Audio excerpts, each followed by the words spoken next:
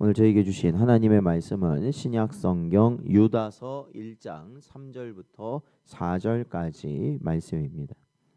다 찾으셨으면 저희 함께 봉독하겠습니다. 사랑하는 자들아, 우리가 일반으로 받은 구원에 관하여 내가 너희에게 편지하려는 생각이 간절하던 차에 성도에게 단번에 주신 믿음의 도를 위하여 힘써 싸우라는 편지로 너희를 권하여야 할 필요를 느꼈노니, 이는 가만히 들어온 사람 몇이 있음이라. 그들은 예적부터 이 판결을 받기로 미리 기록된 자니 경건하지 아니하여 우리 하나님의 은혜를 도리어 방탕한 것으로 바꾸고 홀로 하나이신 주제 곧 우리 주 예수 그리스도를 부인하는 자니라. 아멘. 기도하겠습니다. 하나님 아버지, 지난밤도 하나님의 은혜 가운데 보살피시고 오늘도 회개할 수 있는, 또한 주의 소명 감당하고 깨달을 수 있는 하루를 허락하신 것 감사드립니다. 오늘도 저희의 심령을 새롭게 하여 주옵시고 썩어져가는 육신의 것을 쫓지 않는 복되고 지혜로운 자들 되도록 하나님 인도하여 주옵소서. 간절히 바라옵고 예수님의 이름으로 기도하옵나이다. 아멘. 오늘은 믿음을 위해 싸우라라는 제목으로 하나님 말씀 증거합니다. 오늘 본문 말씀을 보면 유다는 원래 본인이 편지하고자 하였던 내용이 무엇이었다라고 말하고 있습니다. 그것은 3절에 보니까 일반으로 받은 구원에 관하여라고 구원에 대해서 쓰려고 하였었는데 그 내용이 달라지게 되었다라고 본문은 말합니다. 어떠한 내용으로 달라지게 되었냐면, 당시 교회 안에 스며든 거짓 교사들의 위험을 보고 그는 서신의 내용을 바꾸게 됩니다. 그리고 성도들에게 단호하게 권면하고 있습니다. 그것은 성도에게 단번에 주신 믿음을 위하여 힘써 싸우라, 이렇게 말하고 있습니다. 믿음은 단순히 마음속의 확신이 아니라 사실 지켜야 할 진리이자 싸워야만 하는 영역이다라는 것을 기억해야 됩니다. 이 시대 역시 거짓 복음과 타협의 유혹 속에서 우리를 동일하게 부르고 있다라는 것을 기억하십시오. 그것은 바로 믿음을 지키라라는 겁니다. 오늘 본문의 유다는 단번에 주신 믿음이라고 표현하고 있는데, 여기서 이 단번에 주셨다라는 말은 한 번 주어지고 더할 것도 뺄 것도 없는 이 완전한 복음을 의미하는 것입니다. 즉, 복음이라는 것은 시대가 바뀔 때마다 다시 수정되는 그러한 것이 아니에요. 이게 진리라는 게 그렇습니다. 이 진짜 참된 진리는 영원토록 그대로 있는 것이 진리입니다. 그렇기 때문에 보통 우리가 이 세상에서 진리라고, 소위 진리라고 말하는 것들이 왜 거짓된 것이다라고 말할 수 있냐면, 10년, 50년, 100년 이렇게 지나다 보면은 그것이 달라진다라는 것입니다. 소위 과학적 법칙이라든지 이 과학의 결과로 나타난 그러한 것들 역시도 세월이 지나면 그것이 틀렸구나라는 것을 알게 되어서 그것이 바뀌어지는 것이기 때문에 이 세상에는 참된 진리가 없고 오로지 참된 진리라는 것은 복음, 즉 예수 그리스도의 십자가밖에 없다라는 것입니다. 그래서 이 단번에 주신 믿음, 즉 단번에 우리에게 준 완전한 복음이라는 것은 예수 그리스도의 구속 사역 안에서 이미 완성된 진리다라는 것입니다.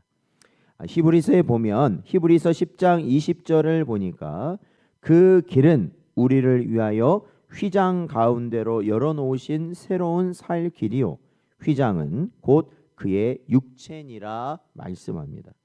복음은 변화된 교리가 아니라 한 번 주어진 진리라는 것입니다. 그러므로 성도는 시대와 환경이 바뀌어도, 그러니까 오늘날처럼 정말로 전에 없었던 시대, 뭐 AI다, 뭐 로봇이다, 뭐 별 말이 나오는 이러한 시대, 그죠? 이제는 자동차도 하늘을 진짜 날아다니는 게 얼마 남지 않은 그러한 시대를 우리는 살고 있는데, 그것이 아무리 바뀐다 할지라도 우리는 단번에 주신 믿음 위에 서 있어야 한다라는 것입니다. 그리고 유다는 이 믿음을 가진 자들에게 이렇게 말하고 있습니다. 그것은 위하여 힘써 싸우라, 이렇게 말을 합니다. 여기서 힘써 싸우라는 말의 의미는 경기장에서 혼신을 다해 싸우는 선수들의 모습을 묘사하고 있습니다. 즉 신앙생활은 영적 전쟁의 자리라는 것을 반드시 기억해야 합니다. 사도 바울도 같은 표현을 썼는데, 그도 디모데전서에 보면 믿음의 선한 싸움을 싸우라, 이렇게 말하고 있습니다.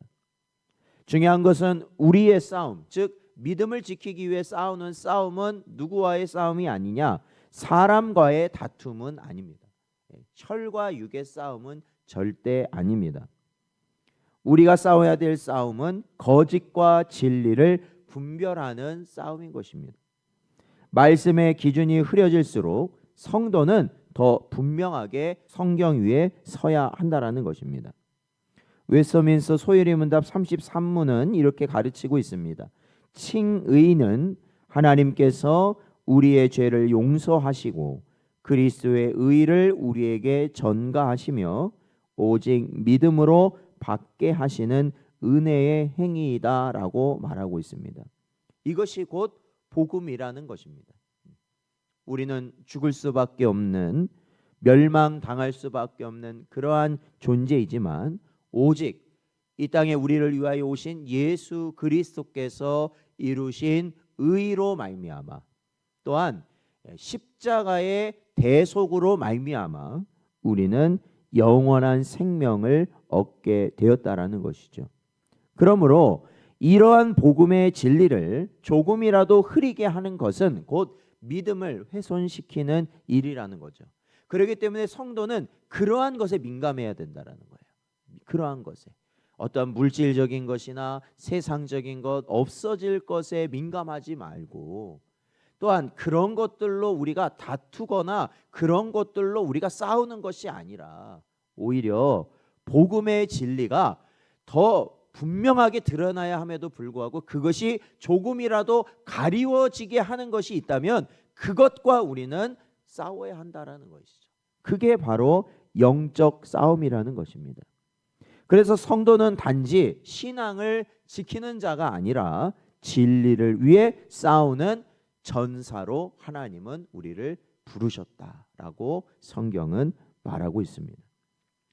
오늘 본문의 유다는 가만히 들어온 사람 몇이 있다라고 오늘 본문에서 경고하고 있습니다. 그러니까 그들은 겉으로는 교회의 일원처럼 보입니다. 그냥 일반적인 교회 안의 성도처럼 보입니다. 그러나 내면은 어떻다는 겁니까? 경건하지 않는 자들이다라는 겁니다. 오늘 본문에서 그러한 자들의 특징을 두 가지로 보여주고 있는데, 첫 번째는 은혜를 방탕의 구실로 삼는 자들이다라는 겁니다. 즉 은혜를 죄의 면허증처럼 사용하는 자들이라는 거예요. 다 은혜니까 이렇게 해도 은혜고 저렇게 해도 은혜고 하니까 우리 육신의 것을 즐겨도 그것도 하나님의 은혜라는 거예요. 육신의 것을 위하여 사는 것도 하나님의 은혜다. 그러니까 즐기자, 이런 것이죠. 우리는 은혜 아래 있으니 무엇을 해도 된다, 이런 식의 태도를 갖는 것입니다. 오늘날에도 이러한 이단이 있습니다. 그러나 바울은 경고했습니다. 뭐라고 경고하였냐면, 로마서에 보면 은혜가 넘치게 하려고 죄에 거하겠느냐, 그럴 수 없다라는 것이죠. 우리가 죄인, 즉 죄를 짓는 우리들이 바로 구원을 받았다는 것, 죄 가운데 있는 자들이 구원을 받았다는 게 얼마나 큰 은혜입니까? 그렇다고 그 은혜를 더 우리가 누리자고 죄를 계속 짓는다? 그거는 말이 안 된다는 것이죠. 그럴 수 없다라는 겁니다. 죄에서 돌이키게 되어 있다라는 것이죠. 또한 두 번째 특징은 예수 그리스도를 부인하는 자들이다라고 말합니다. 여기서 예수 그리스도를 부인한다라는 의미는 실질적으로 나는 예수님을 믿지 않습니다. 예수님은 하나님의 아들이 아닙니다. 이러한 부인이라기보다는 말로는 신앙의 고백을 하지만 삶으로는 주의 주권을 거부하는 그러한 자들입니다. 그러니까 말로만 신앙생활하는 자들이라는 거예요. 이러한 자들은 하나님의 은혜를 인간 중심으로 변질시키는 교만한 자들이에요. 하나님의 말씀 다 안다 이거예요. 믿는다라는 거예요. 그런데 그 모든 것을 누구 중심으로 해석하느냐? 내 중심이에요. 내 중심. 예배가 중요한 거 압니다. 그런데 언제 중요하느냐? 내가 중요하게 여길 때 중요한 거라는 거예요. 내가 다른 것을 중요하게 여기면 그러면 그때는 그게 중요한 거예요. 다 내 중심의 신앙생활. 그러한 자들이 결국 뭐라고 말을 하느냐? 예수님을 부인하는 자들이다라고 말합니다. 그래서 유다는 이러한 자들에게 명백하게 이렇게 경고합니다. 옛적부터 이 판결을 받기로 미리 기록된 자다라고 말하고 있습니다. 즉 하나님은 이미 그들의 심판을 선언하셨다라는 것이죠. 하나님의 말씀을 읽고 듣고 순종하는 자가 복이 있는 자인 줄로 믿습니다. 그런데 그런 자는 누구라고 우리가 배우고 있습니까? 성경이 뭐라고 가르쳐요? 하나님이 창세전에 선택하셨다라는 것을 말씀드렸죠. 그런데 오늘 본문에서는 또 누가 나옵니까? 바로 말로 예수님을 또한 말씀을 믿는다고 하는 자들, 그러나 행위로는 부인하는 자들은 심판받기로 택함을 받은 자들이다라고 아주 엄중하게 말하고 있다는 것입니다. 결국 그들은 교회 안에서 진리의 싸움을 회피하고 세속의 달콤한 말을 따라가는 자들, 즉 육신의 정욕을 따라가는 자들이라는 겁니다. 사랑하는 성도 여러분, 오늘 우리 시대의 싸움은 칼과 창의 싸움이 아니라는 것을 기억하십시오. 오직 말씀의 권위를 지키는 싸움이라는 것을 반드시 깨달아야 할 것입니다. 복음의 본질은 하나입니다. 오직 은혜로, 오직 믿음으로, 오직 예수 그리스도로.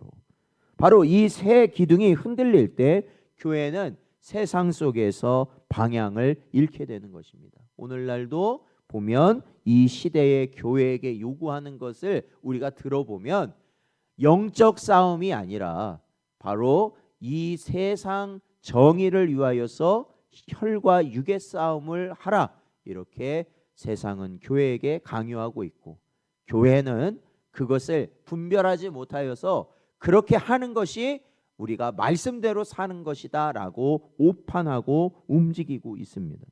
그 방향을 잃는 것이죠. 하나님의 나라를 가지 않고 이 땅의 나라에 매몰돼 버리는 것이죠. 교회들이야. 그러므로 우리는 오늘도 말씀의 기준으로 돌아가야 할 줄로 믿습니다. 세상의 사상보다 말씀을 붙잡으십시오. 사람의 평가보다 주의 진리를 따르십시오. 평안함보다 믿음의 순종, 그 좁은 길을 택하십시오. 이 싸움은 결코 쉽지 않을 것입니다. 그리고 우리의 힘만으로는 절대 이길 수 없습니다. 그러나 하나님은 결코 우리를 홀로 싸우게 하지 않으신다 약속하셨습니다. 성령께서 말씀을 통해 우리 안에서 싸우게 하실 것이며 반드시 믿음을 지키게 하실 것입니다. 유다의 권면은 단호하지만 동시에 사랑의 호소라는 것을 알 수 있습니다. 사랑하는 자들아, 단번에 주신 믿음을 위하여 힘써 싸우라. 이 싸움은 목숨을 걸 만큼 가치 있는 싸움이라는 것을 기억하십시오. 왜냐하면 이 믿음이 곧 우리의 생명이고 구원의 길이기 때문에 그렇습니다. 이 땅에 있다가 없어질 그러한 육신의 생명을 말하는 게 아닙니다. 이것은 영원한 생명을 말하고 있습니다. 그러니 우리의 육신의 생명까지도 걸고 싸워야만 하는 것이 바로 이 믿음의 싸움이라는 것입니다. 오늘도 우리에게 주신 말씀을 마음에 잘 새기시고 오늘 하루도 믿음을 위해 싸우는 성도 여러분 되시기 바랍니다. 유혹 앞에서도 복음을 지키는 담대한 용사로 서가는 복된 여러분 되시기를 주의 이름으로 축원드립니다.